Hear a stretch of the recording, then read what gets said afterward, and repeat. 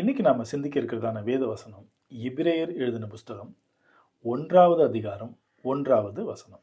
இதுல பவுல் எழுதுகிற ஒரு விஷயம் என்ன அப்படின்னா, பூர்வ காலங்களில் பங்கு பங்காகவும் வகை வகையாகவும் பிதாக்களுக்கு திருவுளம் பற்றின தேவன் இந்த கடைசி நாட்களில் குமாரன் மூலமாக நமக்கு திருவுளம் பற்றினார் அப்படின்னு சொல்லி இயேசு கிறிஸ்துவனுடைய முதலாம் வருகையிலையும் அவர் செஞ்ச ஊழியத்தை பற்றின ஒரு முக்கியமான இன்ட்ரடக்ஷனை எபிரேயர்களுக்கு எழுதுறார். இந்த வசனம் நமக்கு என்ன ஒரு விஷயத்த ரொம்ப இம்பார்ட்டண்ட்டாக பேசுதுன்னு நம்ம கவனிச்சா, இந்த வசனத்தினுடைய ஆரம்பத்தில் பூர்வ காலங்கள், அப்புறம் பிதாக்கள், அப்புறம் தீர்க்கதரிசிகள், இப்படி நிறைய பேருடைய ஊழியங்களை பவுல் வரிசைப்படுத்திட்டே வருவார். அந்த வரிசையினுடைய எண்ட் ஆஃப் த பாயிண்ட், ரொம்ப ஹைலைட்டடான ஒரு பாயிண்ட் என்ன அப்படின்னா, இயேசு கிறிஸ்துவனுடைய ஊழியம்.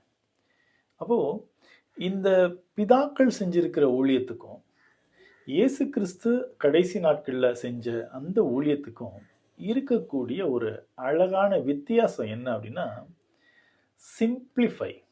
இயேசு கிறிஸ்துவனுடைய ஊழியத்தில் நாம் ரொம்ப அழகாக பார்க்கக்கூடிய ஒரு அற்புதமான ஒரு விஷயம் என்ன அப்படின்னு கேட்டிங்கன்னா, இயேசு கிறிஸ்து எல்லாவற்றையுமே சிம்பிளிஃபை பண்ணி சொல்லியிருப்பார்.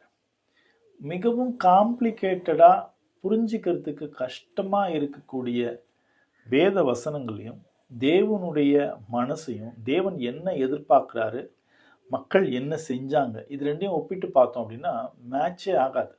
அதனால தான் இஸ்ரேல் மக்கள் தேவன்கிட்ட இருந்து வாங்கியிருந்த கற்பனை, கட்டளை, நியாயப்பிரமாணம் இது எதையுமே சரியாக புரிஞ்சிக்காம இவங்க ஒரு விதமான வாழ்க்கை வாழ்கிறதும், அதனால் தேவனுக்கு அவங்க மேலே கோபம் வந்து அவர்களை அந்நிய ராஜாக்கள் கிட்ட அடிமையாக கொடுத்து, பனிஷ்மெண்ட் கொடுத்து, வியாதி, நிறைய பஞ்சம், இப்படி விதவிதமான வழிகளில் அவங்கள சரி பண்ணணும்னு கொண்டு வந்தால் கூட கடைசி வரைக்கும் அவங்க யாராலையுமே தேவனோடு கூட பர்ஃபெக்டாக ஒப்புரவாகவே முடியல.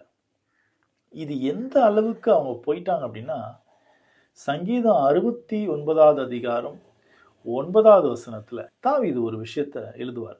அது இயேசு கிறிஸ்துவை பற்றின ஒரு பயங்கரமான தீர்க்க தரிசன வசனம். அதில் என்ன சொல்லுவார் அப்படின்னா, உன் மேல் வருகிற கோபம் என்மேல் வந்தது அப்படின்னு சொல்லி தாவீது சொல்லுவார். அதாவது இயேசு கிறிஸ்துவுக்கு ஒரு பனிஷ்மெண்ட் வந்துச்சான். அந்த பனிஷ்மெண்ட் அது எப்படிப்பட்டது அப்படின்னா, தேவன் மேலே இஸ்ரேல் மக்கள் ஒவ்வொருத்தரும் என்ன கோபத்தில் இருந்தாங்களோ அந்த